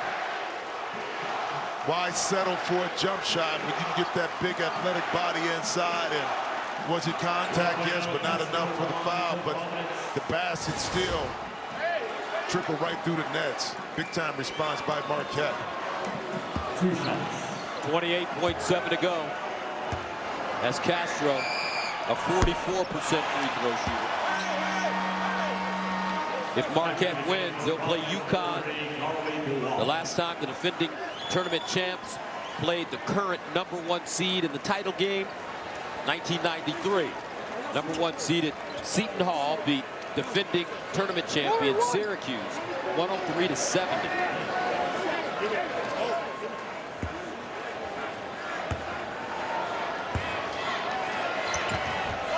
Those free throws off the mark. But a rebound for Providence. They still have life. Pierre. Step back 3. Cam Jones lets it go out of bounds with 16.2 to go, and that may do it. Yeah, Marquette dodged a bullet. Gave up that rebound, and now you got to be careful because this is a tough corner to get the ball in because you can't move. And any kind of steal forward could lead to an easy basket for Providence. Marquette, you have a timeout left.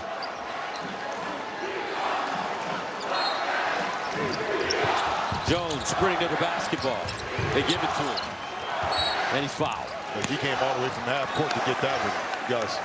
He made sure the ball was going to be in his hands. An excellent patience by David Joplin to allow Cam Jones to create enough space to get that entry cleanly inbounds.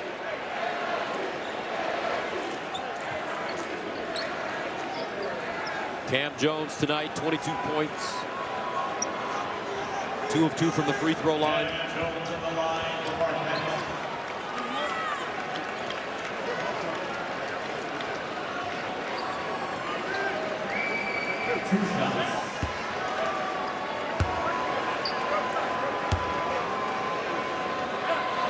First one, no good.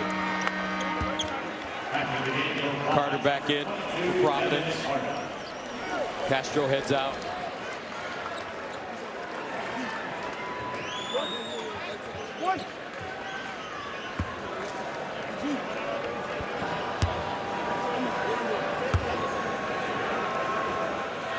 Second one goes. 77-68. Devin Carter picks it up. He'll take a three. Rebounded. Mitchell with 2.3 to go. And Marquette will advance to the title game and take on UConn. UConn, Marquette, a 1 versus 3 for all the Big East marbles. Marquette able to weather without Tyler Cole. Yep, it's a storm of this Providence team who continued to fight, but some costly mistakes down the stretch. Couple offensive rebounds gobbled up by Marquette. Thwarted the effort of PC to kind of get back in this game.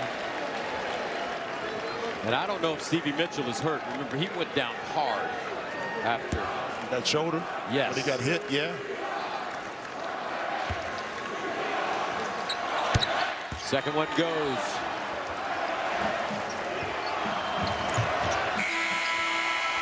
And that's it. 79-68. The Golden Eagles playing tomorrow against the defending national champions. For Christina Pink, I'm Gus Johnson and Jim Jackson.